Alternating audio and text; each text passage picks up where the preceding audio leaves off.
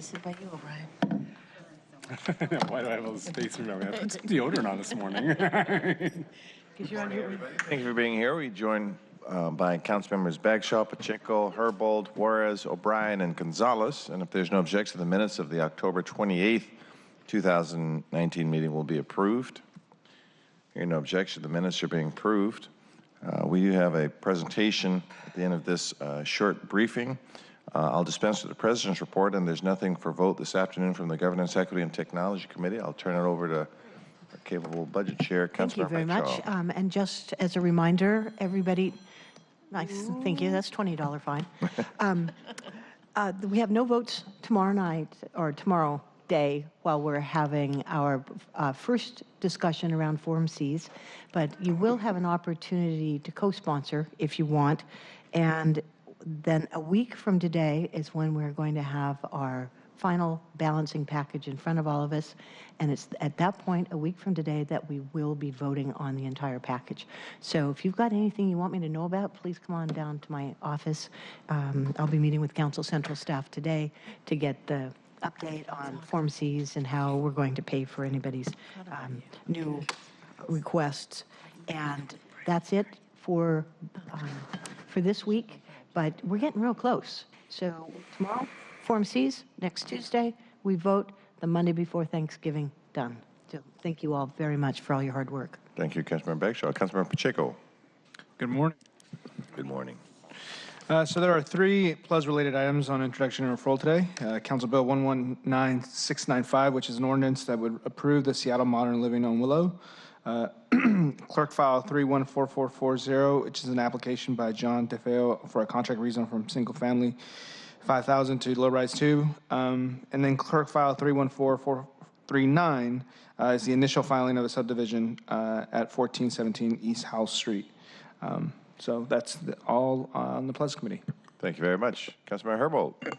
Thank you so much. No items on the full council agenda from the Civil Rights, Utilities, Economic Development, and Arts Committee, nor do we have any meetings this week. I do have a regional committee to attend this week on Thursday. I will be attending the Watershed Resource Inventory Area, otherwise known as WIRA 9.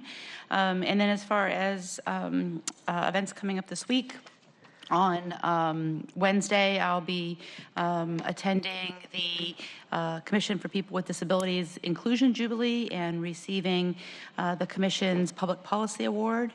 On Friday, we'll be attending the Chefs Without Borders event. On Saturday, I'm really excited to participate in the Highland Park Improvement Center's 100th anniversary. Highland Park Improvement Center is a completely DIY, do-it-yourself community center, receives no funding from the City of Seattle, no assistance in its programming, and has been around for 100 years. It's a really fantastic community anchor. Tonight, I will be attending the South Park Neighborhood Association's meeting, where they've invited the Seattle Police Department to join community to discuss the ramifications and the investigation of a murder last weekend. We do think that they have a suspect in custody. It's a very, very sad affair. The target of the shooting was mistaken. It was the target was actually the next door house, and the fella, a longtime community member, father of 3, and murdered in his home. The house in question is a house that people have had concerns about in this community for years, and we're hoping to hear more from SPD about not just this investigation, but how to address the fact that this house being a target in the neighborhood makes it a safety issue for everybody. That's it for me.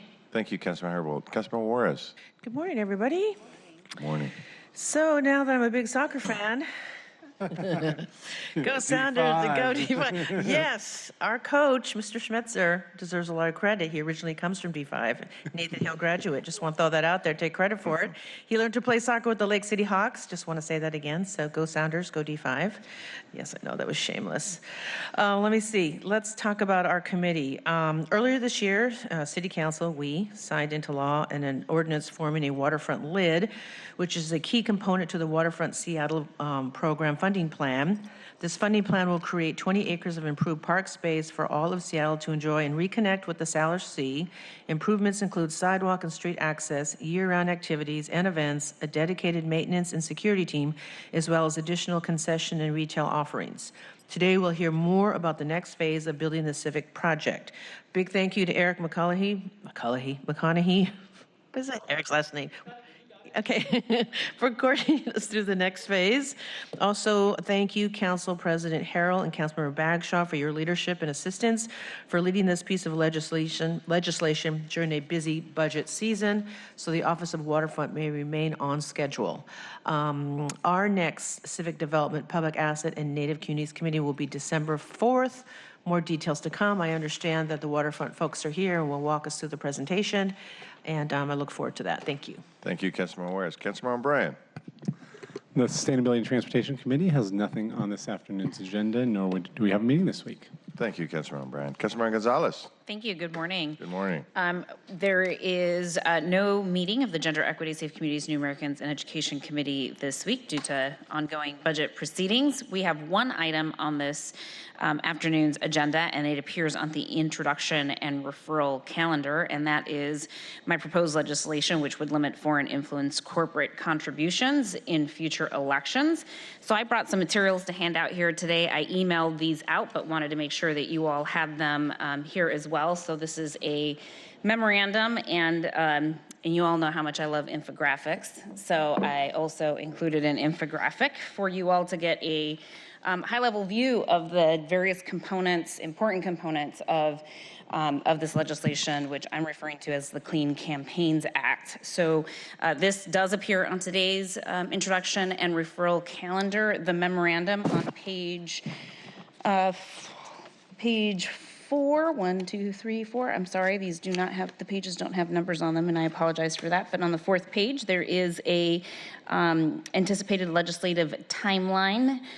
So today it will appear on the introduction and referral calendar and lays out other milestones in terms of legislative process, including a couple of executive sessions and some special committee hearings. It's my hope that we will be able to have this in front of the full City Council for a final vote on January 13th, and that we will have committee work completed by January 7th of 2020. The last page of the memo also includes just a high-level view of the various modifications and amendments that would be made to the existing Seattle Municipal Code in order to continue to protect Seattle's democracy.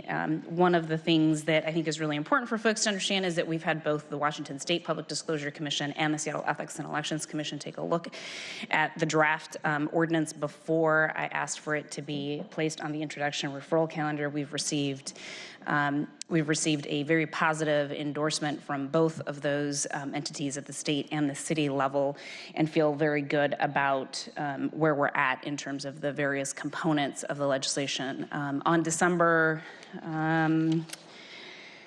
11th, which will be our first committee hearing, we will be focusing on bringing in a national and local panel of subject matter experts. This can be a rather confusing and complex subject when we're dealing with campaign finance reform laws that are both at the state level and at the federal level, and have been in contact with the council member who shepherded a similar set of legislative campaign finance reform pieces in St. Pete, Florida. We're hoping that she'll be able to join us at the table to tell us how their legislative process went, and also they recently just went through an election where this ordinance was in place. So we'll have an opportunity to speak to her from their perspective as being the first city in the country to pass a similar type of legislation. We'll also have some academic experts in constitutional law and other national experts who will be able to walk us through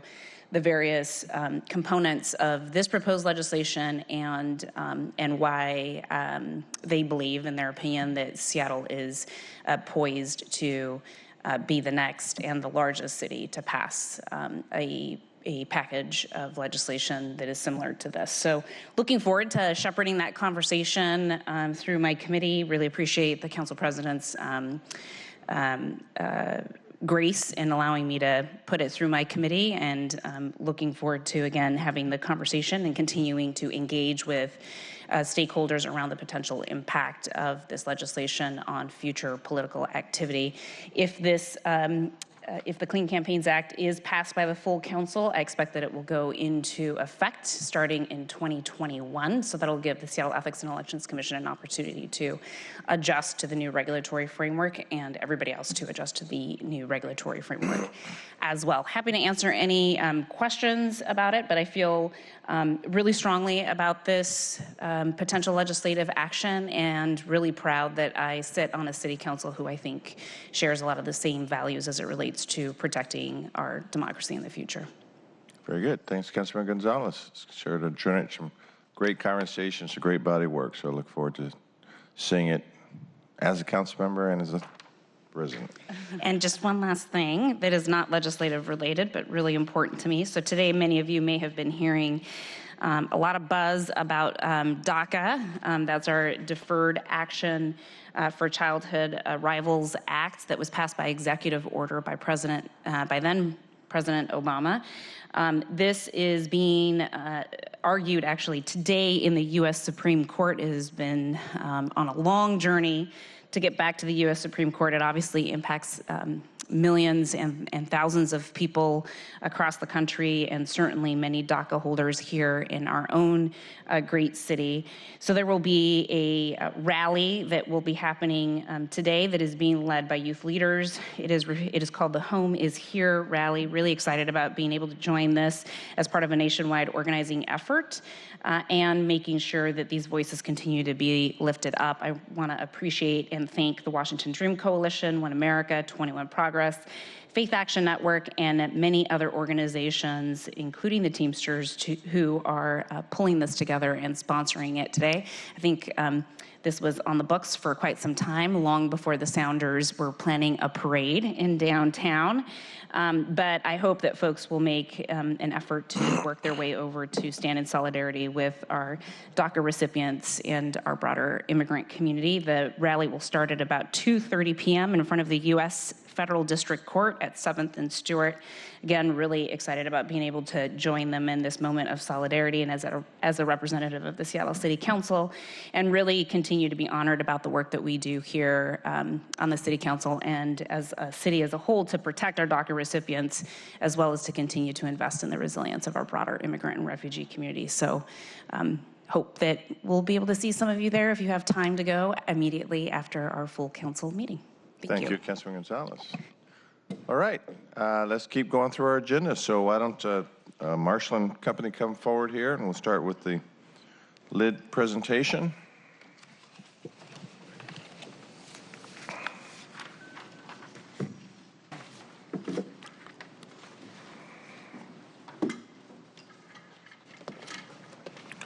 So I think Councilmember Juarez did an excellent job of introducing the matter. Unless you want to say anything else, should we just proceed with introductions and dive right in? Good morning. I'm Eric McConaughey on the Council Central Staff.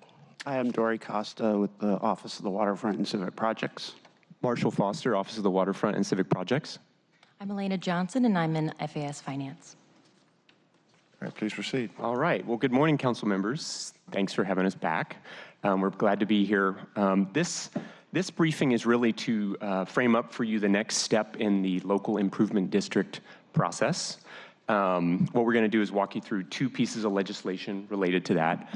Just quickly to kind of re-ground everyone on where we are. You see on the screen the Waterfront Seattle program as a whole. I'm excited to be able to tell you that we're well into construction of the first major elements of the Waterfront program at this point, with construction on Columbia Street, construction on Alaskan Way, and also up at Pier 62, our former concert pier.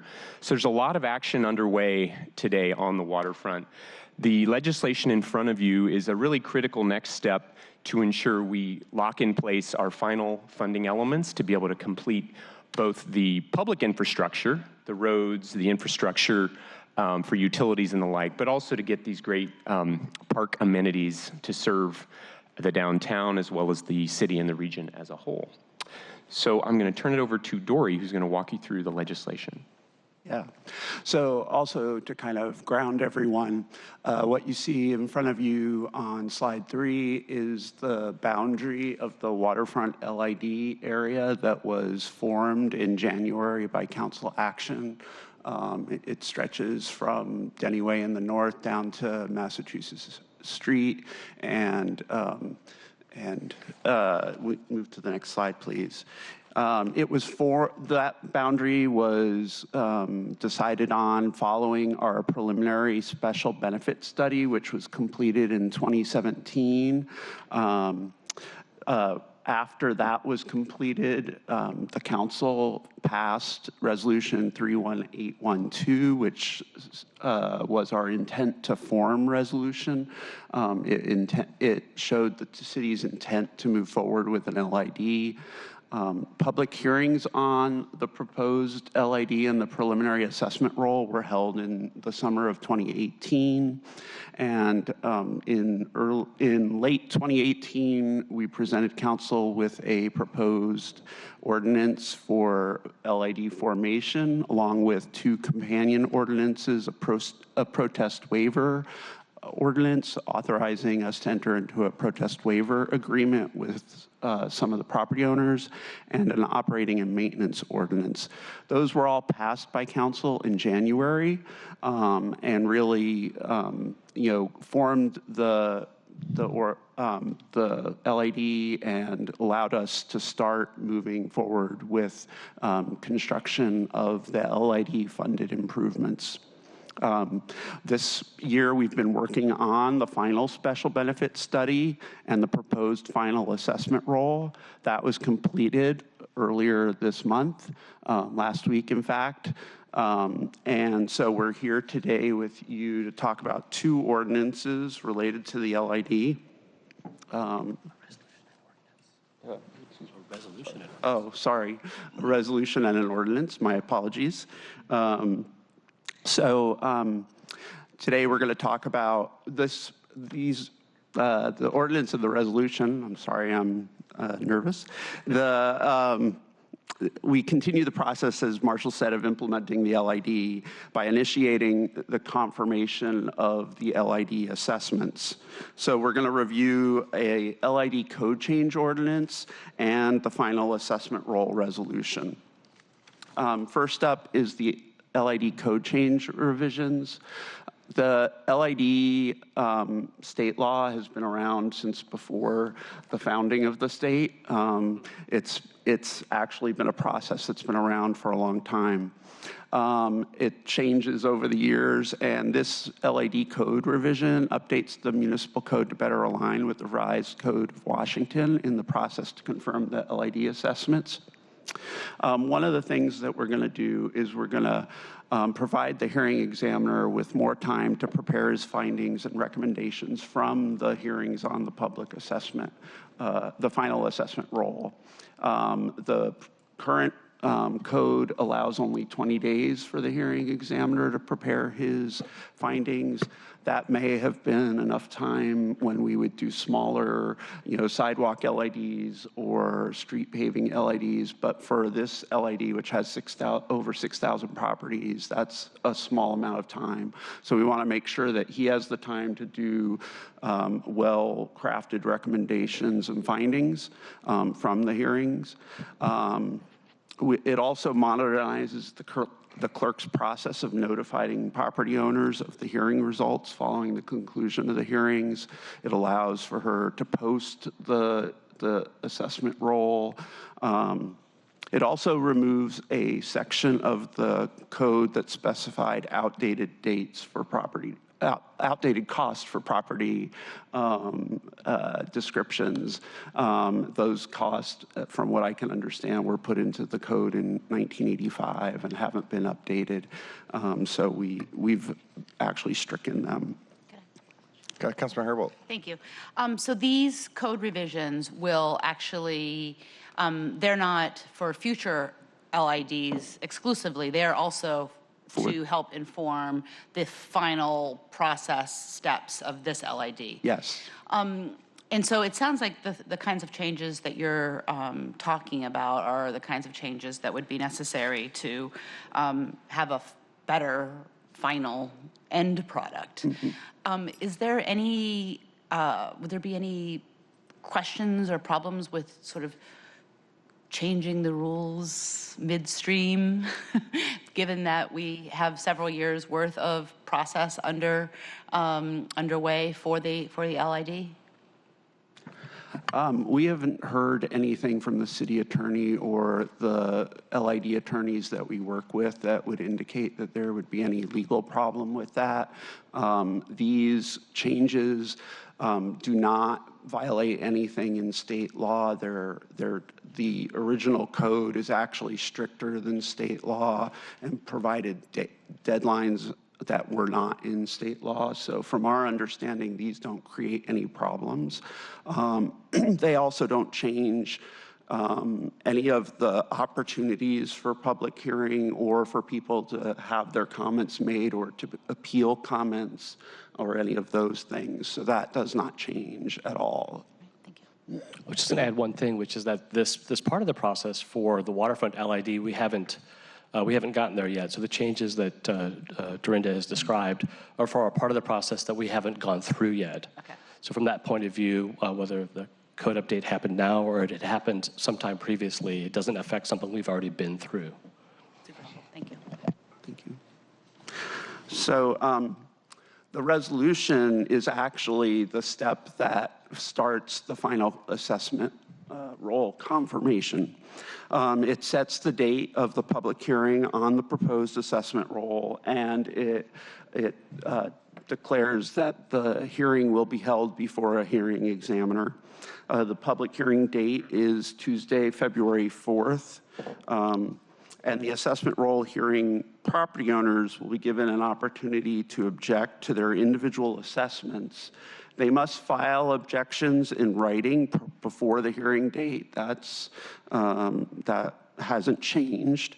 But during the hearing examiner will allow all property owners to make comments and present testimony and information about why they don't agree with their assessments. It also authorizes the city clerk to notify property owners of their final proposed assessment amounts and of the public hearings, and so there'll be mailings to all of the property owners within the area. The calendar date for that, when people can anticipate getting their assessments? Well, we're planning to send the notices by next month, and the hearing won't be until February. We'll also have it posted. The requirements are that it's posted at least 2 times in the city's newspaper of record or 5 times in a community newspaper of record.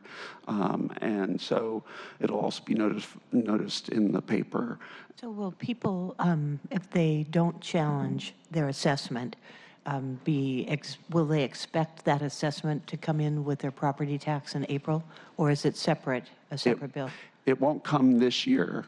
There will be, once the process of confirming the final assessment roll is done, which hopefully will happen later this year, there will be a period for prepayment. You're saying this year, you're referring to 19 or 20. Oh, I'm sorry, in 2020. I apologize. I'm already ahead, like many of you probably are in budget. And so next year, during 2020, hopefully council will finish approving the final assessment roll, and then notices will go out to property owners, notifying them of the early payment period. They can make their payment in one lump sum. Following that, at some future point, there will actually be the assessments, if they choose to pay over time, will appear with their property tax So assessment. what's your best guess of when a bill will show up in District 7 mailboxes? Well, the city will send a bill for that 30-day prepayment period after the rules confirm. So right now, we think that that's sometime in the summer, should everything kind of go according to plan. This, or next summer, 2020. Right, okay. And then expected in terms of when it is due, if people say, I'm just going to pay it off and be done with this, when do we, more or less, is it third quarter, fourth quarter of 2020 it would be due? Probably around the third quarter. Okay, thank you.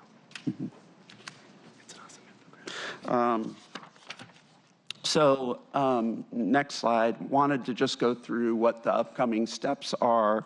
As we've talked about in the past, the LID process is pretty strictly defined in state law. We do this notice resolution to send out the notice of the final assessment roll. We'll send out, as I mentioned, the hearing notice and the proposed final assessment amounts in December or January, but hopefully December. And we will also post those so people can find them on the internet. In February, we'll have the public hearing before the examiner. Hopefully, depending on the amount of time that the hearings take, the hearing examiner's report will be filed, and property owners who filed an objection will be notified of the hearing examiner's recommendations. Those will also be provided to City Council and filed with the clerk. In the spring of 2020, property owners can decide whether to file appeals of the hearing examiner's recommendations. If they do file appeals, the clerk will notify the City Council, and City Council will set a date for a City Council or a committee of the City Council to have a hearing on those appeals. Yes, So Councilman. let's hold up on that one, Dory. Yeah. Because last time, we actually made the decision to hire a hearing examiner to do this piece, Right. which I'm inclined to do again, because we had 4 hearings separate from City Council, so there would be any allegations of people being lobbied.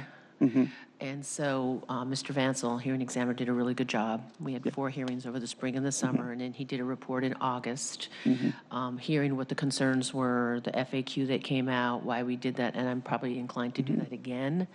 As another option, not Seattle City Council or Council Committee, but another, somebody who's neutral. Who's familiar with this to hear. What they have to say. Good idea. Yeah, we did it the first time.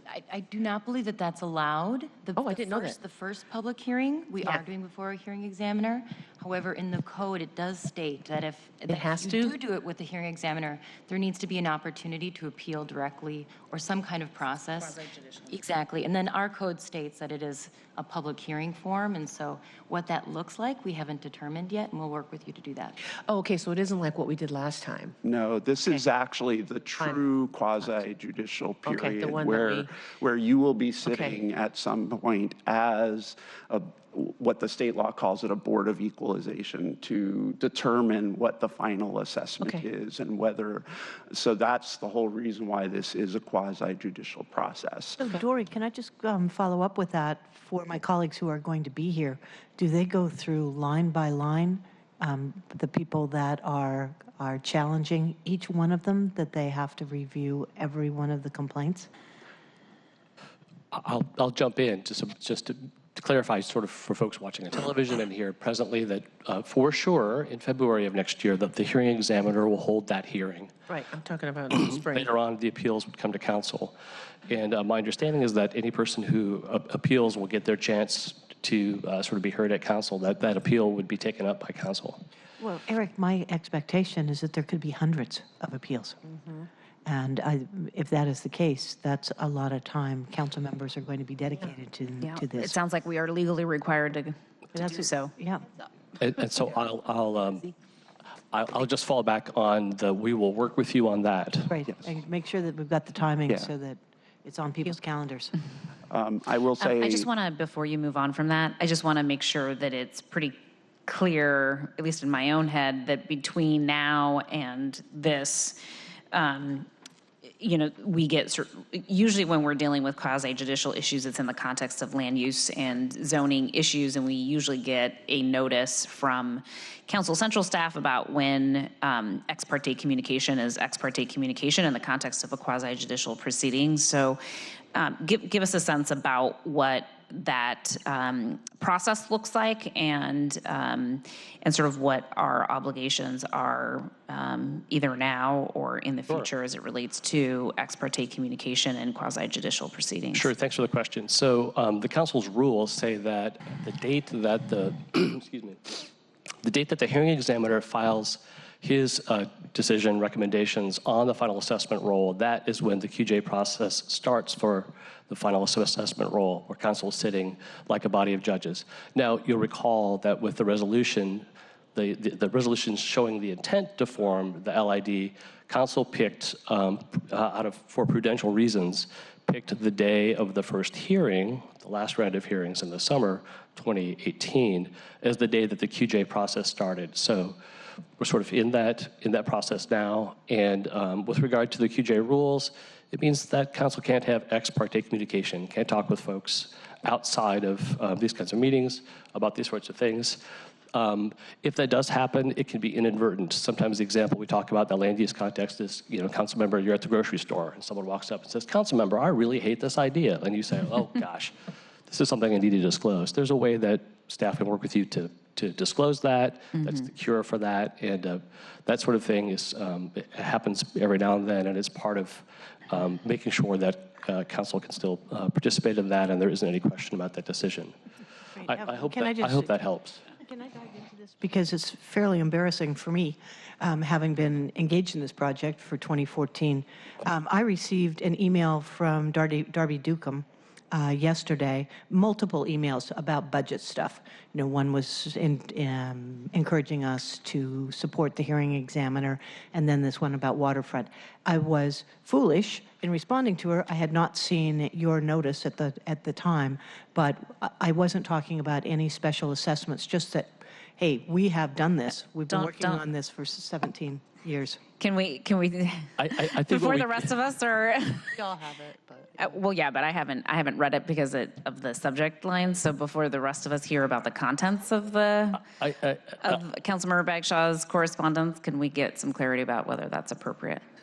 I think probably it's okay to say that Ms. Ducombe sent an email, that the council member responded, and we can take a moment to formally disclose that before you take a vote at the next council meeting, and that will give an opportunity for folks to hear that, and if they have some sort of rebuttal, they can do that. Great. If that's all right, that's what we'll do. Absolutely, because I apologize to all of you for putting us in this situation, and as long as we can formally cure it at another point, I'm happy to do that. Thank you. That hearing on appeals will happen hopefully in the spring of this year. Council will, when the notice comes out that there are appeals, council will set the hearing date for those appeals. And so that will work with the council president and the appropriate chairperson to make sure those get set. We'll work with the council's central staff. And I want to thank Eric and the council central staff for being so helpful as we've been moving this forward. And then if everything goes well in the summer, we hope that City Council will consider and confirm the final assessment roll for the LID. That's our timing for right now. Of course, that will depend on the volume of appeals, the legal, where we are legally with those appeals, and we'll work with you carefully for that. Councilmember Herbold. Yeah, thank you. I'm just curious, sort of process-wise, and maybe if we can get a taste substance-wise. If not, that's okay too. How does the final assessment role relate to? The final special benefits study relate to the preliminary special benefit study? So the area of the studies is basically the same. The original study area was a little bit larger. We used that to help define the boundary and to give property owners and the council some preliminary information about what the appraiser felt that the value and the benefit could be within the area. This special benefit study was done within this area of the LID, and the appraiser looked at each property and developed their assessment of what, yes, pun intended, their assessment of what the special benefit, the increase in property value due to the improvements that are being funded by the LID would be. They developed that special benefit for each property and then collated it into this assessment roll. And then because in our formation ordinance, we specified a cap on the amount of the LID that would go for project cost. Using that cap, and then as we talked about in the formation ordinance and other legislation, we add on top of that the financing and the guarantee fund amounts. And so the total assessment amount for this LID is the 160 plus the financing and guarantee fund cost, which is $175.5 million. That then proportionally is shared amongst all the properties based on the special benefit that they receive, they're estimated to receive by this appraiser. And that's what the property owners will be presenting their arguments about why their assessment should be lower or they shouldn't have an assessment to the hearing examiner. And so how does that 160 and 175.5, how does that relate to what the preliminary study? Is it in the ballpark? The original preliminary study looked at a $200 million LID, and then you'll remember as part of the settlement agreement, we lowered that amount to 160 plus the cost of financing in the guarantee fund. So the original study looked at 200 million, but It was more than 200 the first time. well, the special benefit was over 400 million. Yeah, then we took 400, then we cut it in half to 200, then we went down to 160. Right. Yeah, I am going to look over to Elena and just ask her, because she's been working with if there's anything else she'd like to add. Sure. So the preliminary study, the total was 414, and then those preliminary assessments totaled to 200. And then there was that agreement that happened at the Formation Ordinance of making it 160 plus financing. We found the financing, which includes a guarantee fund deposit to really help the interest rate be reasonable for people who will pay over time, to be $14 million for the guarantee fund and another $1.5 million for the cost of just issuing these bonds, because they're quite rare and different. And so, but beyond that, so now we have a total assessment roll of $175.5 million. And then the final study found the total special benefit to be $447 million. So it's a little bit higher.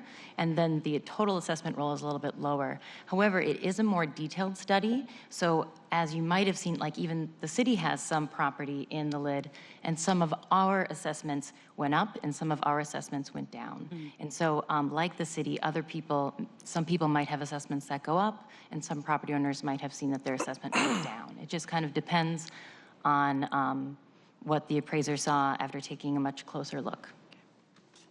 Thanks, Elena. Perfect. Thank you. Is it? Are we wrapping up? Yes. Okay. With that, I mean, we're done with ours unless there are any more questions. Walk through the process that we're going to do. So this was, because of our budget schedule, this is sort of the committee discussion, if you will. So we're scheduled to vote on the resolution and the ordinance for November 18th, next Monday. And if you have any questions between now and then, I mean, I think we all know we're going to have a lot of new staff and council members. And so the rules of, as Councilmember Gonzalez pointed out, the rules for what is quasi-judicial and how one should act, we got to really be sensitive that it applies to staff as well. And so you're going to have a lot of new bodies on the floor. So anything, we're all good? Okay, thank you very much. Good, exciting presentation. We'll see everyone at 2 o'clock this afternoon.